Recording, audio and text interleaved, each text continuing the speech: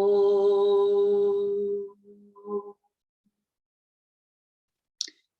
Sadashiva Samarambam Shankaracharya Madhyamam Asmadacharya Paryantam Vande Guru Paramparam Ishvaro Guratmeti Murti Veda Vibhagne Vyamavad Vyapnehaya Dakshinamurtaye Namaha Sarva Vedanta Siddhanta Gocharanta Magocharam Govindam Paramananda Satguru Pranatosh Maha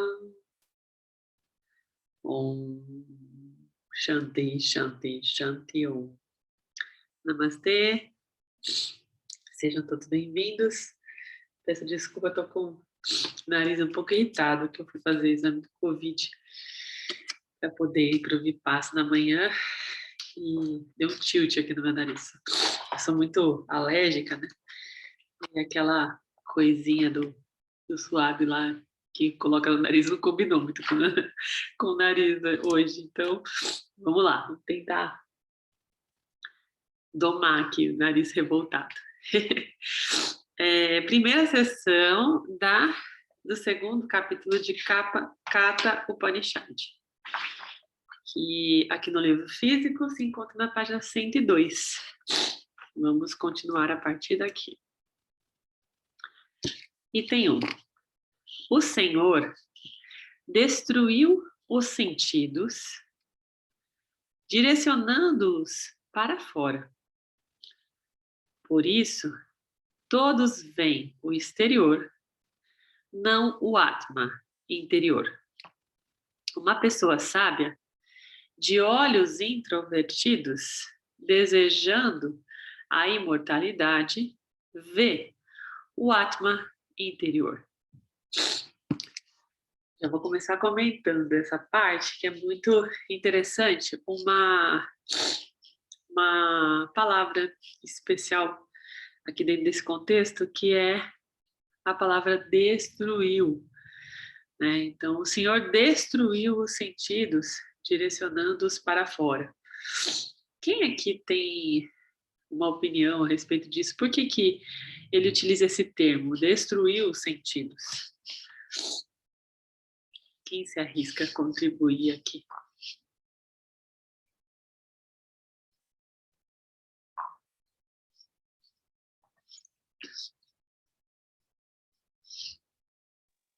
Oi, boa noite. Boa noite, Rodrigo.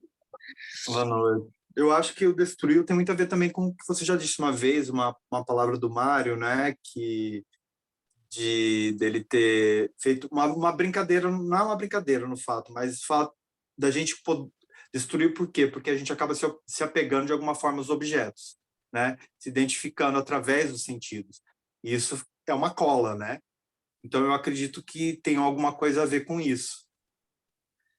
Você acha que é mais ou menos dessa linha que ele está querendo alguma dizer? coisa nesse sentido, né? Que ao invés de introverter, ele extroverteu. E aí... E por que o destruiu? O que você acha que o destruiu aparece aqui? Eu acho que é muito disso. A gente acabasse, eu, no caso, me apegar a aos meus sentidos, né? E isso realmente gera uma cola, fazendo com que eu fuja dessa parte interior, que talvez que é o principal. Então, na realidade, é isso que eu vejo como destruição, né? Uhum. Então, buscando a felicidade fora ou buscando uma completude fora, através dos sentidos, sendo que se ele fosse introvertido, seria uma outra história. Tá. Alguém tem alguma opinião diferente? Faz sentido, Rodrigo. Concordo com você. O que o Cris diz? Tem alguma coisa diferente, Cris, nesse aspecto? Eu só queria entender, quando ele fala o Senhor Deus, né? E me parece que ele destrói para nos dar oportunidade de poder aprender, né? A gente está olhando para fora. E é um processo de aprendizado olhar para dentro. Quando a gente está com todos os sentimentos extrovertidos, a gente deixa de olhar para a gente. a gente olha para fora.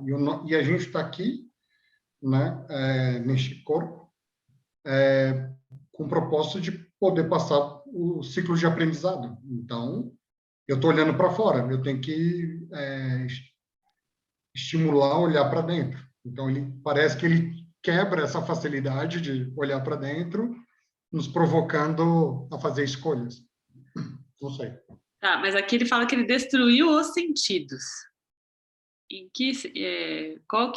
Onde está aqui a questão? Ele destruiu os sentidos direcionando-os para fora. Por que está aparecendo dessa maneira aqui? Por que ele destruiu os sentidos direcionando para fora?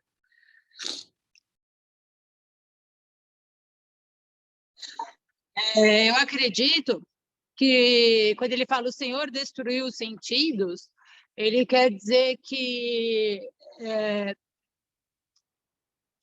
ele eliminou os sentidos para conseguir ser o eu verdadeiro, porque os sentidos são os que nos trazem apego, são os que nos trazem essa visão de Maia, agarrados a Maia. Então, quando ele fala o Senhor destruiu os sentidos, ele eliminou isso para conseguir ser o Senhor. Mas aqui dentro do contexto dessa frase, Fer, está escrito, o Senhor destruiu os sentidos, direcionando-os para fora. Então, a afirmação que ele está dizendo é que ele destruiu, direcionando-os para fora. Sim, para que a gente, talvez, colocar um véu para a gente entrar nessa maia e aprender, né? E evoluir e crescer. Porque só assim a gente consegue evoluir e crescer, né? Sim. Eu concordo em partes com todas as contribuições. E eu quero trazer aqui a minha interpretação sobre isso, né? Então, lembrando, a Paty quer falar um pouquinho, mas antes da Paty falar, lembrando que, para quem está chegando agora, quem começou a acompanhar há pouco tempo, esse é um grupo de estudos livre, né? Onde todos contribuem, e nós estamos falando de um material que já está vindo traduzido, que são os Upanishads, e que trazem para a gente um desafio de interpretação, né? Então, todos podem contribuir, a ideia é que a gente crie, que a gente construa juntos exatamente esse conhecimento, esse corpo de conhecimento, visto que aqui não temos nenhum professor qualificado, né, pelo Vedanta, e então somos todos pesquisadores, buscadores dessa verdade vedantina. Diga, Paty. Boa noite. Boa noite. Seria, de repente, para a gente treinar ou dimensionar o quanto a gente tem de apego e aversão diante dos acontecimentos que ocorrem à nossa volta? Pode ser também. Eu acho que todas as interpretações são válidas porque, sim, é uma coisa que consequentemente acontece, né? O fato dos sentidos serem voltados para fora acaba que a gente é colocado no lugar de busca vazia, até a gente descobrir que não é ali que está a coisa. Porém, aqui, dentro desse contexto, eu interpreto o seguinte, que quando ele diz o Senhor destruiu os sentidos, direcionando-os para fora, ele quer dizer que já nasceu destruído. Uma vez que o Senhor voltou os sentidos para fora, ele já destruiu os sentidos. Na questão dos sentidos terem alguma finalidade na nossa busca. Entende? Então, uma vez que o Senhor direcionou os sentidos para fora, eles já nasceram mortos, eles já não servem para mais nada, eles estão destruídos dentro da nossa busca. Entende? Então, os sentidos já nasceram destruídos uma vez que estão voltados, direcionados para fora. Eles não servem para absolutamente nada dentro da busca da iluminação. Então, eu vejo, eu interpreto assim, essa parte do texto, né? Que uma vez que está direcionado para fora, já está destruído, não tem uma função real dentro da nossa busca, os sentidos. Faz sentido isso para vocês? Você pode ler de novo, então, tá? Só para esse trecho? O Senhor destruiu os sentidos, direcionando-os para fora. Por isso, todos veem o exterior, não o Atma interior. Uma pessoa sábia, de olhos introvertidos, desejando a imortalidade, vê o Atma interior. Ou seja, uma pessoa que está, de fato, com a busca do Atma, ela não vai direcionar o olhar para os sentidos. Ou seja, os sentidos já nascem mortos. O Senhor já destrói os sentidos uma vez que ele direciona para fora, porque a partir do momento que ele direciona para fora, o sentido já não vale para mais nada dentro da nossa busca, a não ser nos fazer olhar para o exterior. Né? Os sentidos são, nesse caso, um contrassenso, eles são contraproducentes dentro da nossa busca. Então, eles já nascem destruídos, eles não têm valor real. Pode falar, Rodrigo. Não baixa a mão, não. Não, é que você falou, realmente, eles se tornam inválidos, né, de uma certa forma, para essa busca. Eles nascem destruídos para essa busca aqui.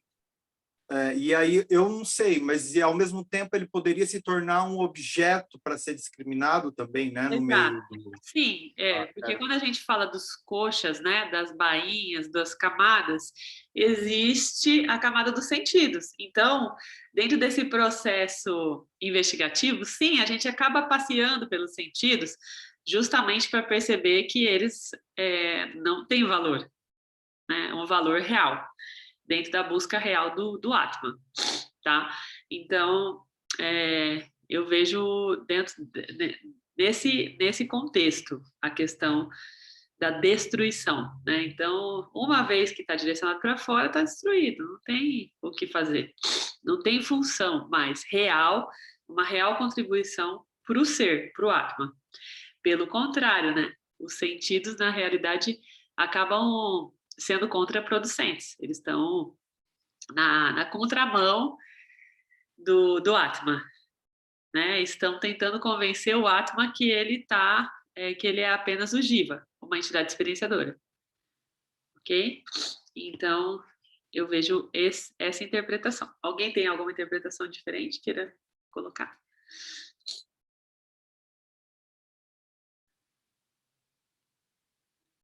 Aí, então, continuando, item 2. Pessoas sem discriminação correm atrás de prazeres exteriores, que, né, nesse caso, são obtidos através dos sentidos. Entram no laço da morte que está por toda parte. Mas as sábias, tendo entendido a permanente imortalidade entre as coisas impermanentes, aqui não pedem nada. Eu até estou uniformizada hoje, ó. Vou mostrar para vocês a camiseta. Estou até uniforme do Vedanta, Surviving Sansara. Lembrei porque eu li aqui o Laço da Morte, né? Laço da Morte é o Sansara, né? Então, é esse ciclo infinito reencarnatório, vida e morte. Então, as pessoas sábias, elas não vão correr atrás de prazeres exteriores, tá? Tudo que é impermanente não é mais interesse das pessoas sábias, que têm discriminação, ok? Então, aqui não pedem nada. O que significa isso? As pessoas, de fato, sábias, tendo entendido a imortalidade, ou seja, tendo se iluminado, né, se colocado no lugar de discriminação real, aqui não pedem nada. Então, nesse estágio, né, de descoberta, de realização, não pedem nada, ou seja, elas já não estão mais vinculadas aos desejos mundanos. Né? Elas não estão mais desejosas. Então, uma vez que o buscador entendeu a permanente imortalidade entre as coisas impermanentes, ele não pede mais nada. Ele se desvincula do contexto do desejo, que está vinculado necessariamente aos sentidos e à falta de discriminação de que somos imortais, impermanentes. Ok? Então, só as pessoas sem discriminação continuam correndo atrás desses prazeres, da segurança, do desejo e da virtude, né? Perdão, segurança, prazer e virtude. Então, as pessoas sem discriminação ainda estão desejosas por segurança, por prazer e por virtude. Já as sábias, tendo entendido que são imortais e impermanentes, não desejam mais. Ok? Item 3. Fala, Cris, desculpa. Então, é só, quando a gente fala de pessoas sábias não estão nessa busca, dá para fazer uma associação que uma pessoa sábia é iluminada. Porque, de alguma maneira, né, todos nós estamos mais ou menos... a gente percebe que extroverter os sentidos não é producente, não traz a busca real. Isso. Mas isso passa por um processo de investigação, né? Então, tem coisas que a gente consegue discriminar bem e outras não. A gente acaba caindo nas armadilhas. Sim. Então, acho que nesse sentido, ele está falando que o sábio é a pessoa que atingiu essa iluminação, atingiu o moksha. É isso. Aqui ele está trazendo essa característica para a pessoa sábia. São os realizados, ok? Porque aqui não pedem nada, ou seja, quando eles já chegam nesse estágio de não desejar mais, eles já estão realizados, ok? Então, essa última partezinha que fala aqui não pedem nada, deflagra essa iluminação, essa realização, que se consiste no conhecimento firme e permanente, né? Então, o conhecimento firme e permanente, ele acontece em pessoas iluminadas, que aqui estão sendo chamadas de sábias, ok? Somente por meio deste, que é o Atma, se conhecem forma e cor, sabor, cheiro, sons, toques e o prazer sexual. O que mais resta aqui, que não é conhecido por este Atma? Este é verdadeiramente aquele sobre o qual você perguntou. Então, o que ele está dizendo, né? Que mesmo a cor, o sabor, os cheiros, os sons, os toques e até o prazer sexual só é conhecido por meio do Atma, porque o Atma está presente. Só que o Atma está desvinculado. Ele não é nem o som, nem a cor, nem a forma, nem o cheiro, nem o toque, nem o prazer sexual. Mas é através dele que nasce quem? O observador. O ser que está discriminando. Que não é aquela entidade experienciadora, que está aquém, está dentro, né? Está antes. Então, é isso que ele está querendo dizer aqui. Que mesmo tudo isso, todos esses objetos dos sentidos, né, são percebidos só porque existe o Atma. Só que os objetos do sentido, são todos impermanentes, diferente do Atma. Ok? Então, este é verdadeiramente aquele, que é o tal Tatvamasi, né? Você é aquilo, ou Aham Brahmasmi, eu sou Brahman. Este é Atma, é Brahman. Todos os outros objetos que são impermanentes não são Brahman e são, portanto, observados por Brahman. Ok? Tá. Você fala que o Atma ele não é impermanente, mas ou ele é impermanente também? Porque a gente está em evolução como o Atma, né?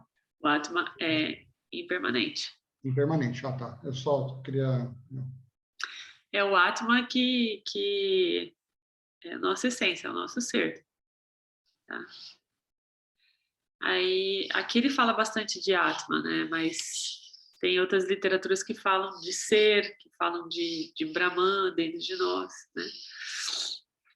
Item 4, na página 103. Tendo reconhecido aquele por meio do qual a pessoa percebe os objetos do estado de sonho, do estado de vigília, como o grande Atma que tudo permeia, o sábio não sofre.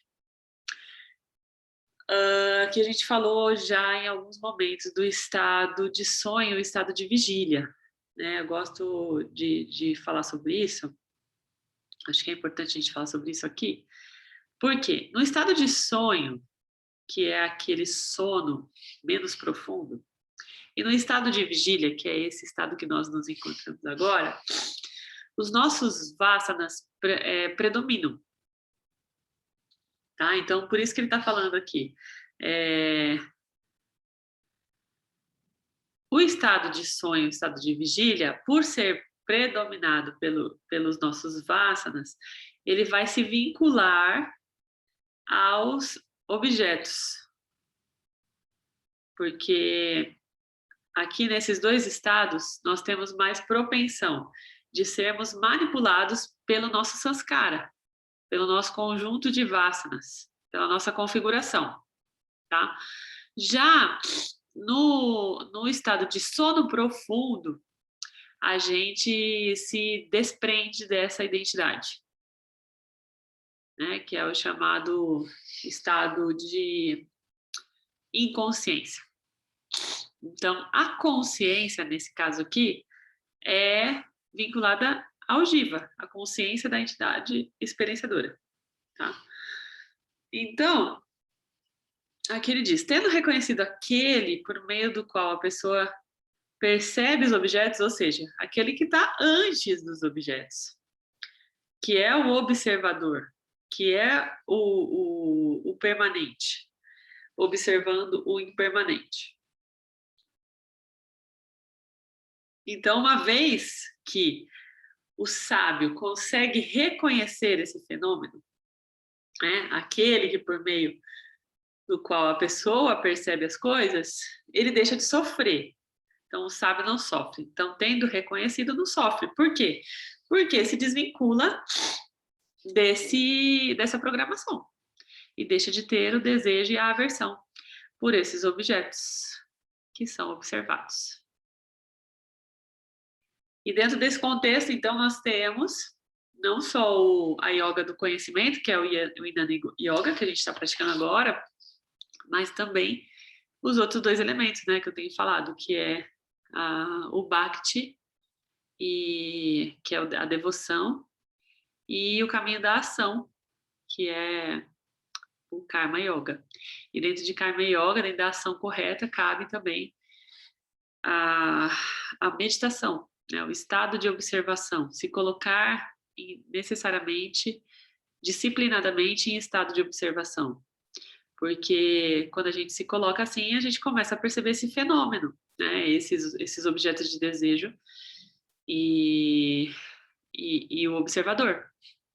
Então, a grande maioria das técnicas de meditação dizem respeito exclusivamente à observação, ao fenômeno da observação, né? Porque através desse fenômeno, a gente consegue deflagrar essa separação dos objetos de desejo, dos nossos sentidos e do observador. É a partir do fenômeno da observação que a gente consegue deflagrar essas camadas, essas bainhas, né? Que a gente estava falando lá. A camada da mente, a camada dos sentidos, a camada física, a camada do intelecto.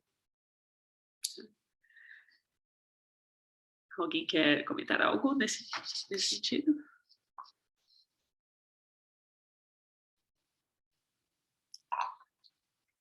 Então, continuando aqui. Aquele que conhece, item 5, intimamente esse Atma, que é o Jiva, o ser vivo, a entidade experienciadora, né? O experienciador do resultado da ação, como o senhor do passado e do futuro, não deseja se proteger de qualquer coisa.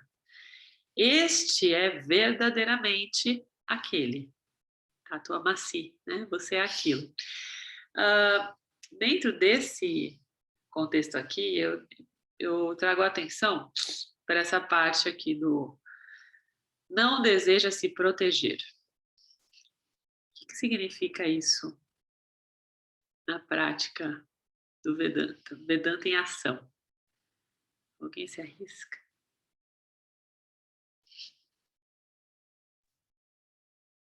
Não justificar quem nós somos, né?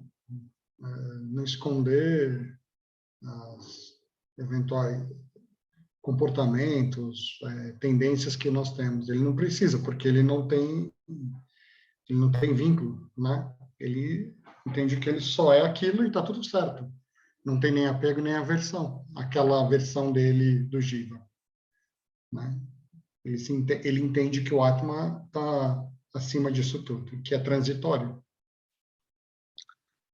Exatamente.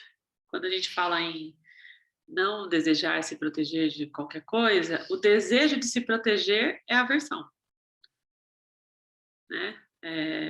Esse desejo de proteção de qualquer coisa significa aversão na prática. E o Atma, né, o ser realizado, o sábio, não deseja mais se proteger de nada.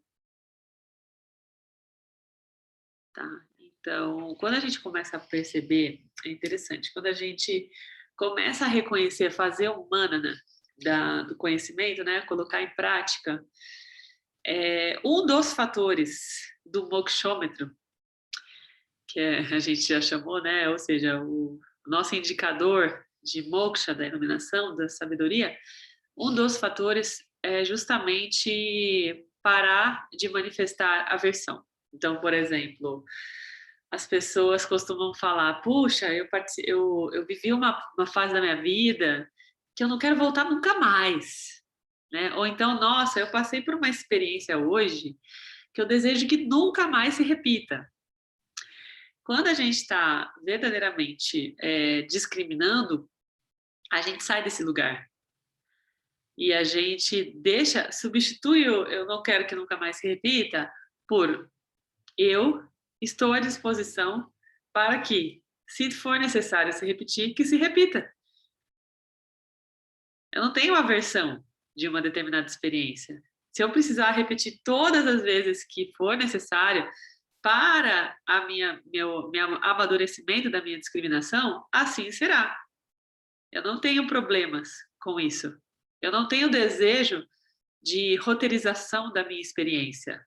Eu sei, eu entendo que a minha entidade experienciadora vai passar por absolutamente tudo que ela precisa passar, até construir exatamente tudo que ela precisa construir para não ter que repetir.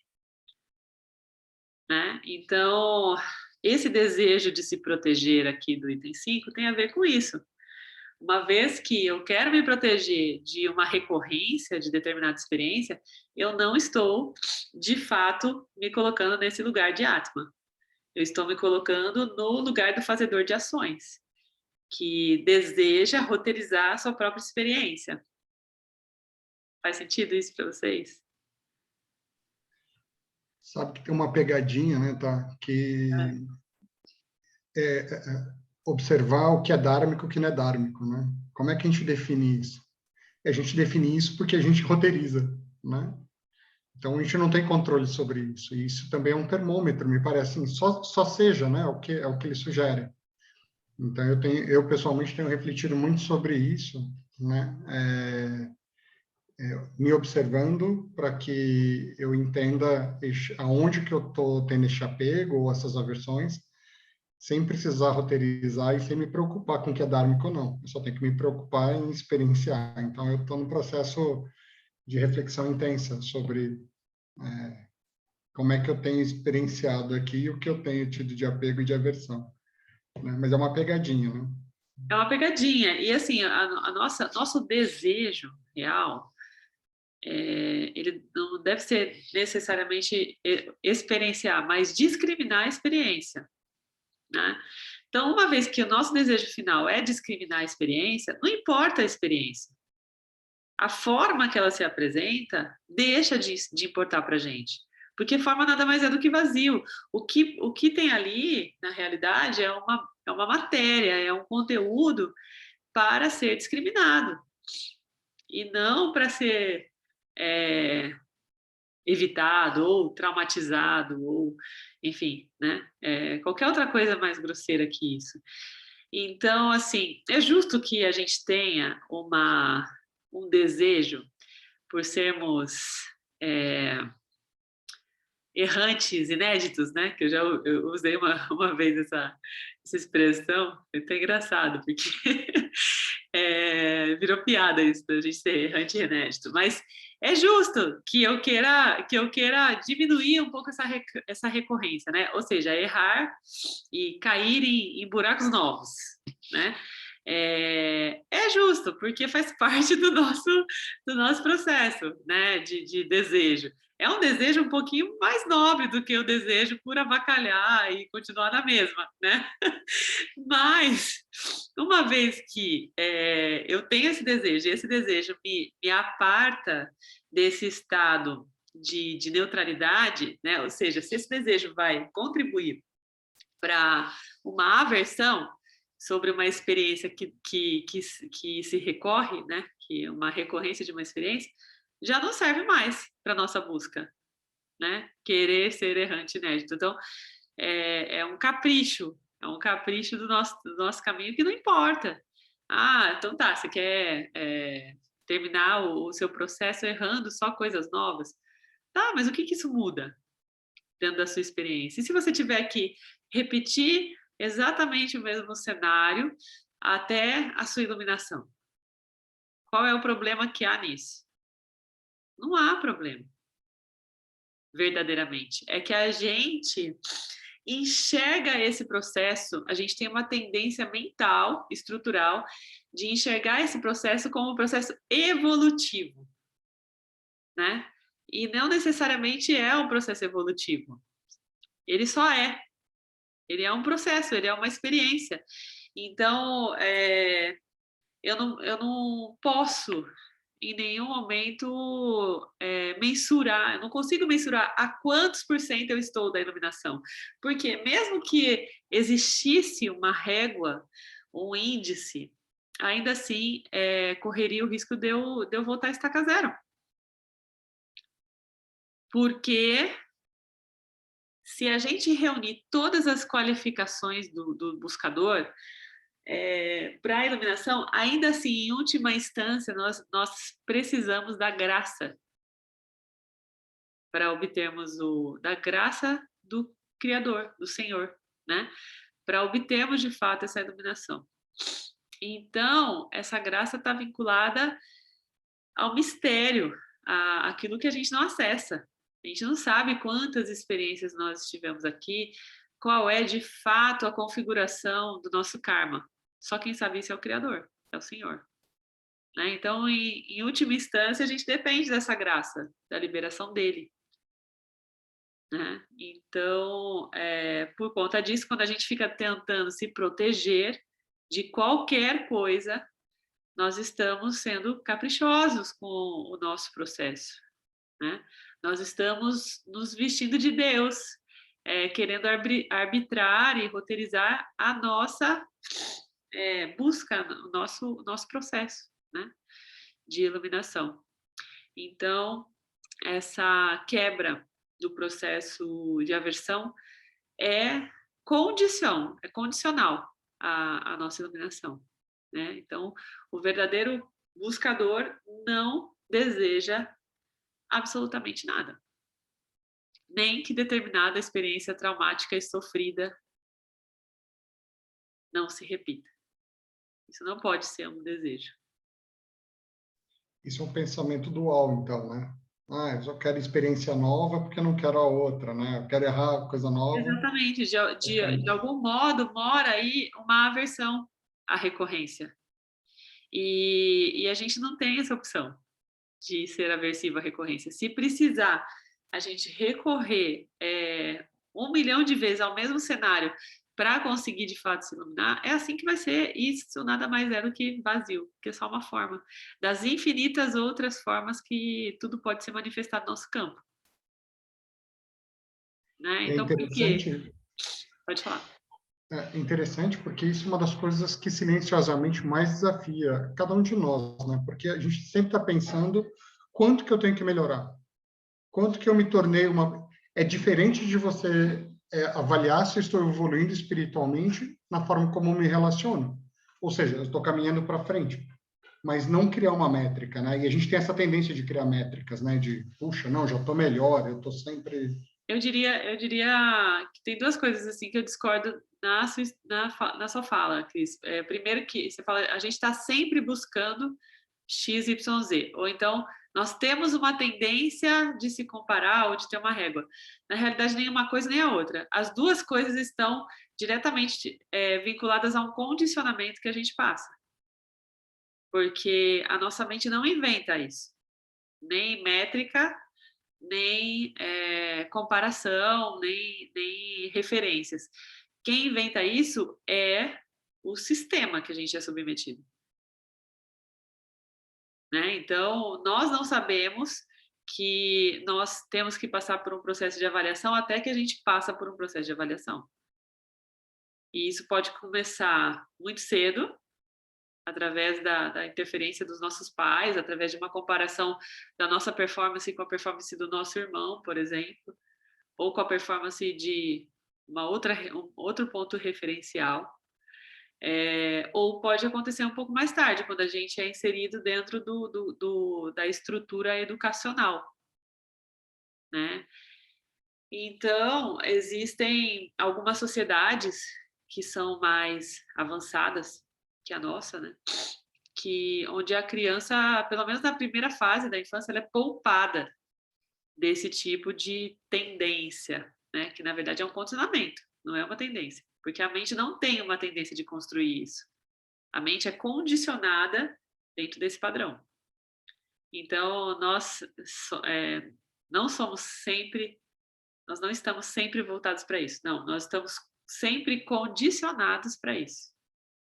E a gente acredita nesse condicionamento, né? E esse condicionamento é estrutural e tem até nome.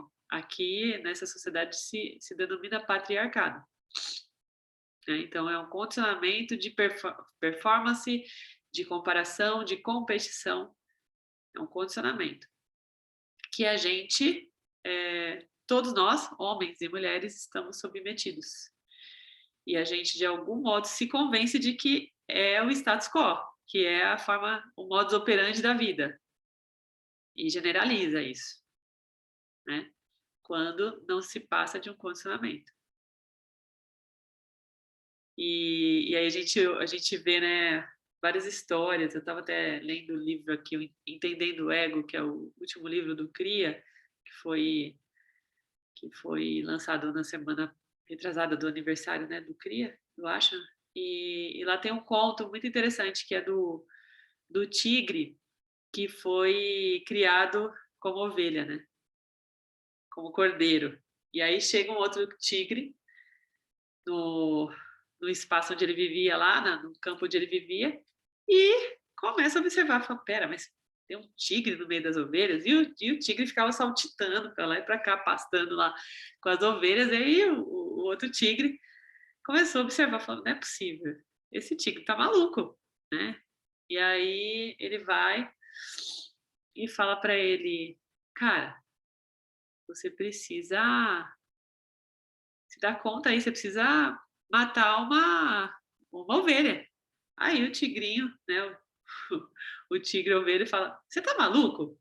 Eu como pasto, eu não sou carnívoro, eu não preciso de carne, eu não preciso matar uma ovelha, mesmo se eu precisasse de carne, eu não teria coragem de matar meus irmãos, eu sou um deles.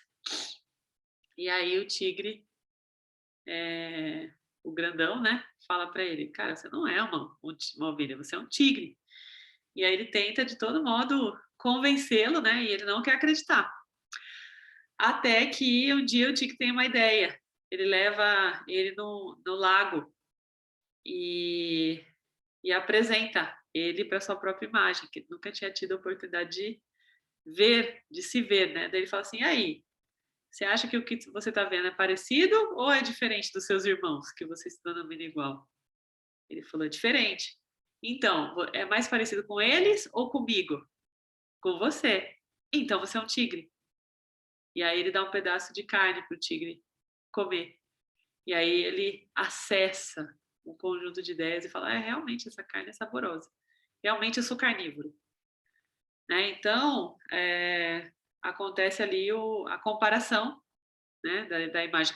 Essa imagem aqui tem mais semelhança com a minha ou com a dos seus irmãos, que você se diz igual? E é exatamente por conta desse fenômeno da comparação que tudo começa a dar ruim.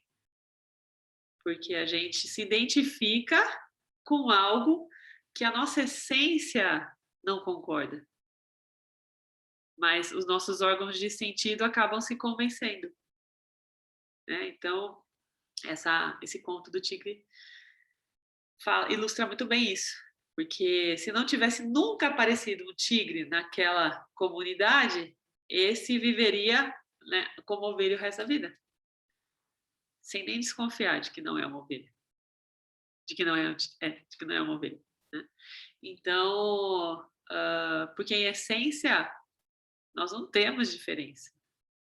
Quem cria as diferenças são os órgãos de sentido, que convencem a nossa mente e produzem esses padrões, os padrões comparativos. E assim é para tudo na vida, né?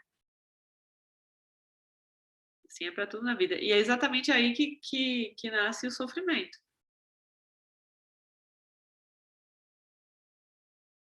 Então, quando a gente está desvinculado disso, a gente não tem referências para sofrer. Então, somos todos condicionados.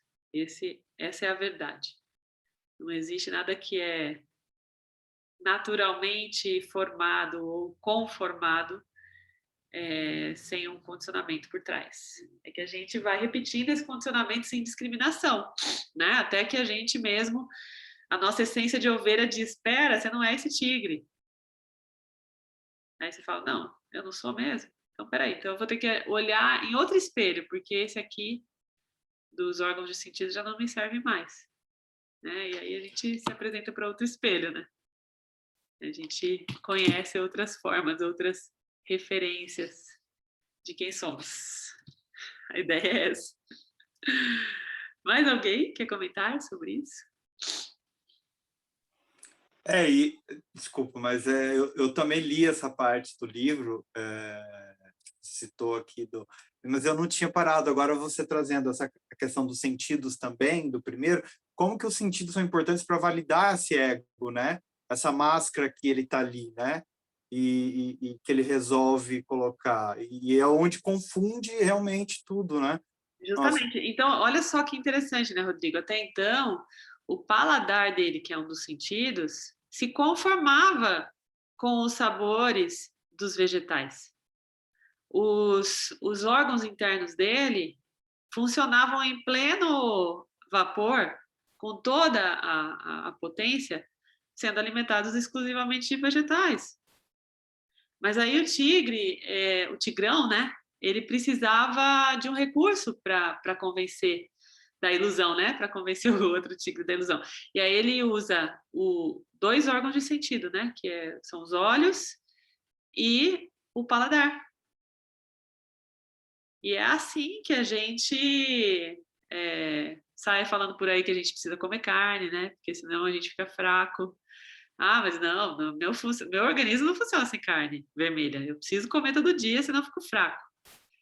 E aí é doido, porque uma vez que ele dá a primeira mordida e se identifica com o sabor da carne e é convencido pelo outro tigrão que ele precisa disso para viver, pronto. Ele já se desvinculou da essência dele, já se identificou com o padrão. É muito maluco isso, né? E é o que a gente é condicionado. Então, meninas não podem andar de perna aberta. Meninos precisam ser fortes quanto aos sentimentos, né? Toda essa questão sexista nasce a partir daí, desses padrões, desses velhos padrões que em algum momento determinaram um conjunto de comportamentos que até hoje são disseminados sem discriminação, né? E aí convence o menino que ele precisa ser de um jeito, a menina que precisa ser de outro, e que eles precisam necessariamente ser diferentes entre eles, né? Enfim, e todas as outras mazelas infinitas que a gente poderia ficar dias falando, né? Mas isso é um sistema de condicionamento, tá? E esse sistema de condicionamento se chama, nessa sociedade, nesse momento do agora que nós estamos vivendo, patriarcado.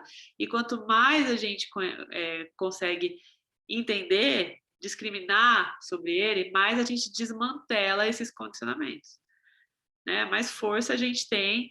E uma das coisas que precisa ser sabidas aqui é que o patriarcado não é um sistema de homens. Ele é um sistema que condiciona tanto homens quanto mulheres, tá? Inclusive, a gente quer falar mais sobre isso, eu vou até deixar para vocês que a gente está montando o grupo do Sagrado Masculino da Arca, né, para falar sobre isso entre homens, e quem vai conduzir isso vai ser o Cris. Ele está em pleno voo aí, na imersão dos conteúdos que a gente vai trazer de uma forma muito mais estruturada, para ajudar todos nós, né, mulheres e homens, a gente tem falado isso bastante no Sagrado Feminino, mas para ajudar todos nós a discriminarmos juntos e chegarmos juntos no lugar de equanimidade a respeito desse conhecimento, né? Fortalecendo a nossa capacidade discriminativa do cotidiano, tá? Não caindo nessas armadilhas aí do patriarcado. Diga, Igor. Boa noite, pessoal. É interessante esse tema que você abordou, que me veio algumas coisas na cabeça muito interessantes, do tipo, eu me vi o oposto do tigre, né? Eu vivia num mundo totalmente carnívoro, num mundo que eu me submetia a processos que eu julgava que eram totalmente inviáveis de mudar, né? Eu vivia naquela falsa verdade de que a carne era indispensável para mim em tudo e que eu não tinha como sobreviver sem o alimento, né? Sem a carne, sem me alimentar dessa proteína animal ali, né? Uhum. E já está indo praticamente para um ano que eu estou nesse processo do vegetarianismo e cada semana, cada dia está sendo uma transformação, um aprendizado diferente.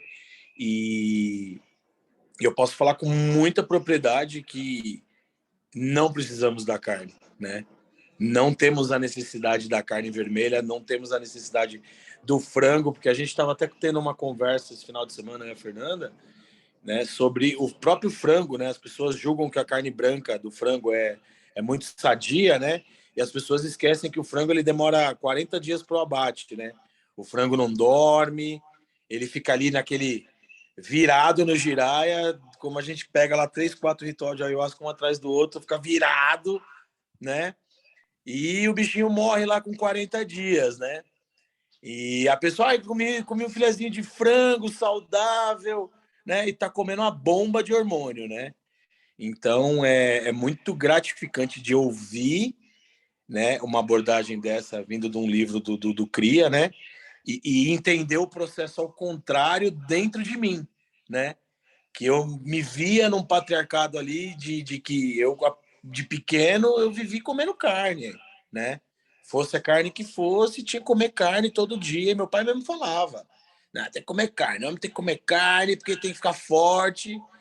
E tô aqui desmistificando isso, porque eu peso 110 quilos, não me alimento de proteína animal nenhuma, nem frango, nem carne, nem porco, nem boi, nem vaca. Eu peguei uma aversão ao processo da carne vermelha que eu no mercado eu passo até distante, que me dá até desespero de imaginar e ver, na mente ali aquele processo que o animal está sendo submetido. Então, é muito gratificante esse processo. E aos que acham que é difícil só dar o primeiro passo, porque depois que você entra, você não volta mais. Porque é muito bom, é muito bom. É só isso. Legal, Igor. E olha que é interessante, né? De tudo que o Igor falou, uma coisa que é natural, né? Natural não, é uma tendência. Ele falou sobre a aversão. Eu peguei a aversão da carne vermelha. Tem muita gente que vai para outra margem do rio, né? Para evitar determinada coisa, vai para outra margem do rio e se distancia daquilo. Mas o ponto aqui, né, do item 5 fala justamente do caminho do meio. Então, é aquele que não deseja mais se proteger, ou seja, aquele que não manifesta mais aversão. Então, a tendência, Igor, é que daqui a um tempo você consiga manipular a carne vermelha, você consiga Não, sentir. não, tá, não, eu me expressei errado. Eu me expressei errado, assim. Não aversão no sentido de, ai, não quero, não pego. Assim, eu não tenho problema nenhum. Hoje em casa a gente faz churrasco, recebe as pessoas, eu vou lá, ponho carne na churrasqueira, eu corto carne pro cachorro em casa, eu preparo, eu faço numa boa, né? Fosse antigamente, eu sentia vontade, eu ficava, nossa senhora, eu ficava psico, igual o adicto quando vê o cara usando droga, o cara fica lá se batendo e fala, meu Deus, olha a droga, olha, faz bem, faz mal, não sei, entendeu? Mas hoje não, eu não tenho problema nenhum. Eu vou lá, eu pego a minha carne especial lá, né, que a gente brinca, né, e faço para mim, para Fernanda numa boa, não tenho problema nenhum. Aí um amigo meu esses dias perguntou para mim, falou assim, mano, não tô te entendendo. Falei, o quê? Ele falou, mas você não é vegetariano, por que você tem que comer as coisas com gosto de carne? Eu falei, mas a questão não é o gosto. A questão é a situação que o animal é submetido para que a carne venha para nossa mesa. Sim. Não Essa é o, questão né? Não tem do nada a ver. sabor, o sabor ele acaba sendo um auxílio, né, para a transição, porque nossos sentidos estão condicionados. Então, é um processo de descondicionamento que, ao longo do tempo, também a gente já se liberta. A gente não precisa mais ficar sentindo gosto Sim, de defumado, né? caras criam esses gostos, né? Mas é interessante, tá? Porque assim, eu tô numa dieta agora que assim, eu tô comendo muito grão de bico, muita folha, tô ali no ovo, tô num outro processo, tô descobrindo outras coisas, e eu tô ali no meu processo, tô seguindo um caminho bacana, mas assim, eu olho para a carne e não me enche mais os olhos, Sim. né?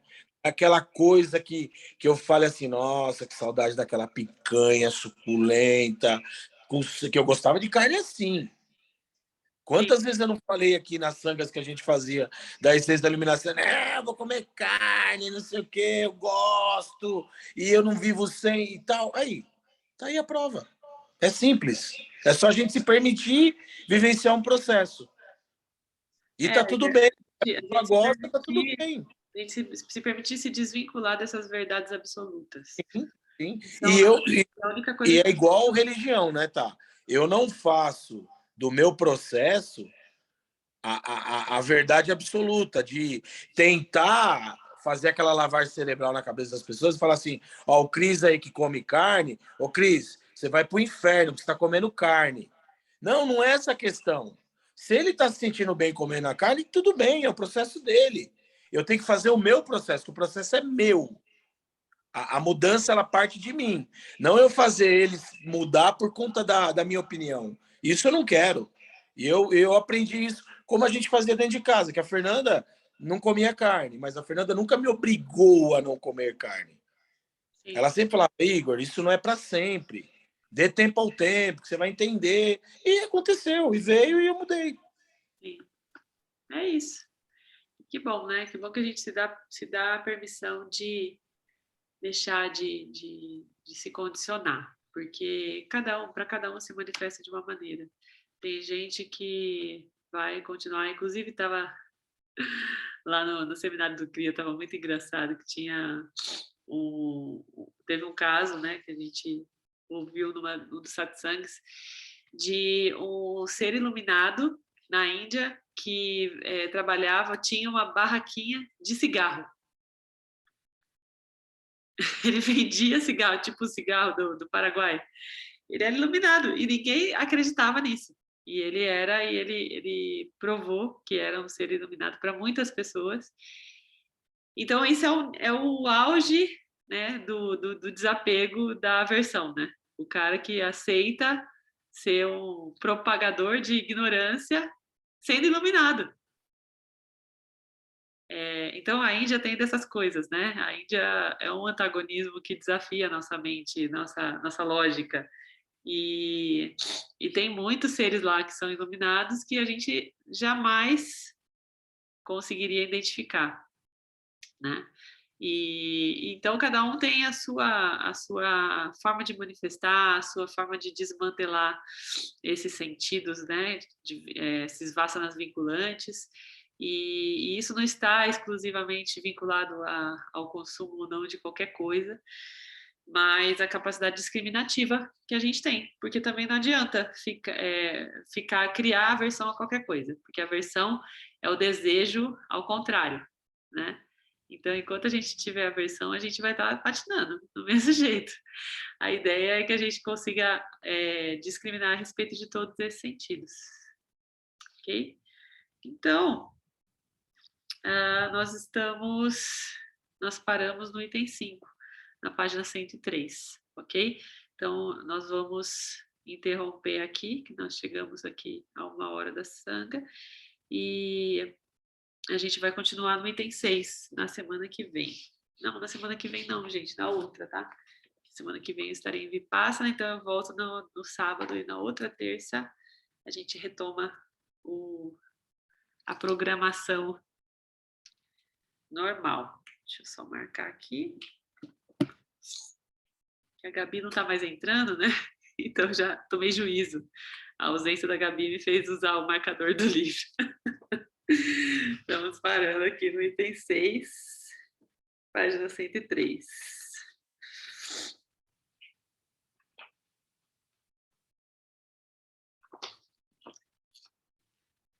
A gente vai se recordando da nossa plenitude, da nossa completude, manifestando através do mantra Purnamada.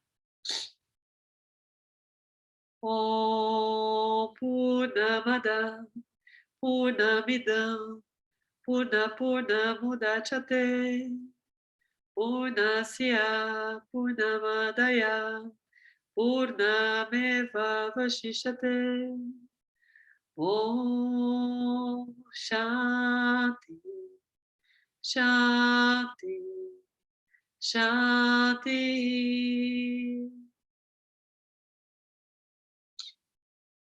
Namastê, reverencio a todos, agradeço pela companhia e até quero deixar a sugestão da gente colocar lá no grupo, gente, onde a gente parou todo final de sanga, pode ser? Se alguém puder fornecer lá, porque daí quem estiver acompanhando no livro, quiser reler esse trechinho, acho que ajuda, né? Que a gente se vê. Vou disponibilizar até amanhã esses capítulos que ficaram abertos aqui no YouTube, porque daí, se vocês quiserem revisitar o conteúdo na semana que vem, né? Lembrando que Shravana, que é a exposição ao conhecimento, é sempre bem-vinda. Então, eu não recomendo que vocês fiquem mais de uma semana sem visitar essas escrituras e todo esse conteúdo, né? Então, uma das formas de fazer isso é revisitando. Então, vou deixar ela disponível para vocês, tá bom? Gratidão, até a outra terça. Estarei com vocês lá no meu coração nesse processo do Vipassana e quero voltar com os sentidos um pouquinho mais quietinhos. Vamos ver se eu consigo. Beijo para todos e ótima semana. Até. Beijo, boa noite. Boa noite. Boa noite.